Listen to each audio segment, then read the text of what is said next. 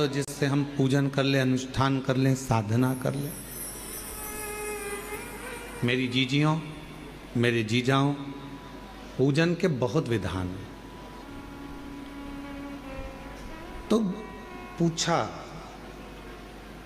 भीम ने युधिष्ठिर से कि भगवान की पूजन का सही नियम क्या है, भगवान शंकर की साधना का सही तरीका क्या है, उनकी उपासना का सही तरीका क्या है।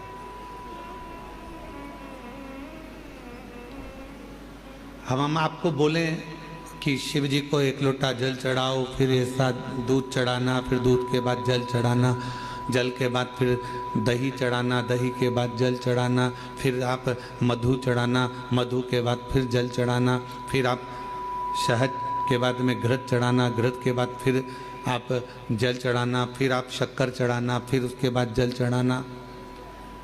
सब नियम।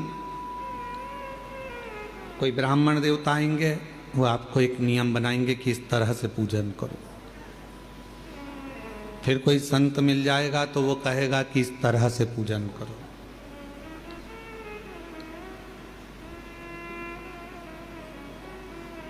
फिर कोई महात्मा मिलेंगे, वो कहेंगे इस तरह से पूजन करो। पर वही बात भीम ने युधिष्ठिर से पूछी कि पूजन का नियम क्या है, हम भगवान शंकर की पूजन कैसे करें, हम भगवान शंकर की आराधना साधना कैसे करें, क्या नियम हो सकता है।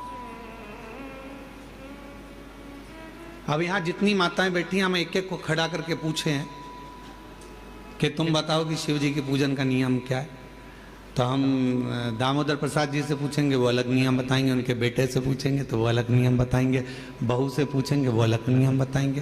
बोलो सही है कि गलत है। जितने मेरे बाहर जीजियाँ बैठी हैं, जीजा बैठे हैं, जितनी माताएं बैठी हैं, जितने बच्चे बैठे हैं, उनसे पूछेंगे क्यों शिव जी के मंदिर जाते हो, हाँ क्या नियम से पूजन करते हो, तो कहेंगे हम झाड़ू लगा देते हैं, पोछा लगा देते हैं, जल चढ़ाते हैं, बेलपत्र चढ़ाते हैं, ये करते हैं, वो करते हैं। सबका अपना अपना नियम है, सब अपना नियम बता। भीम ने भी युधिष्ठिर से पूछा कि शिव पूजन का नियम क्या है।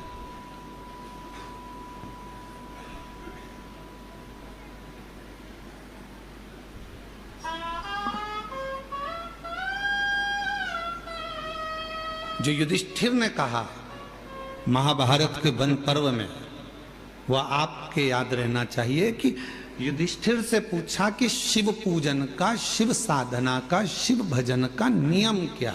तो युधिष्ठिर ने कहा भीम, मन साफ हो, दृष्टि साफ हो,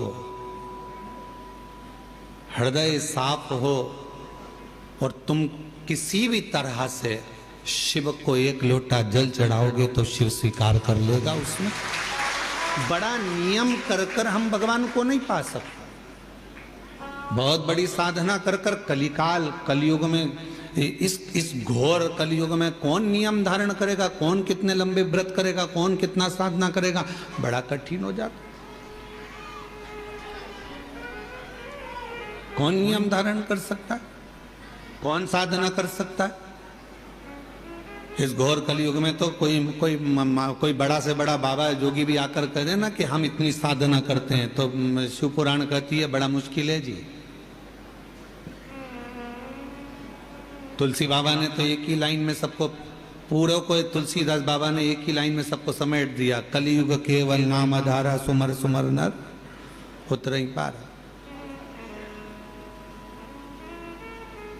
तुलसीदास बाबा को मालूम था कलयुग में बहुत सारे साधन बताएंगे, कोई इधर से आएगा ये बताएगा, कोई उधर से आएगा वो बताएगा, कोई कहेगा इसको भजो, कोई कहेगा उसको भजो, कोई कहेगा ऐसा करो, कोई कहेगा वैसा करो। तो तुलसीदास जी ने लिख दिया कि कलयुग केवल नाम धारा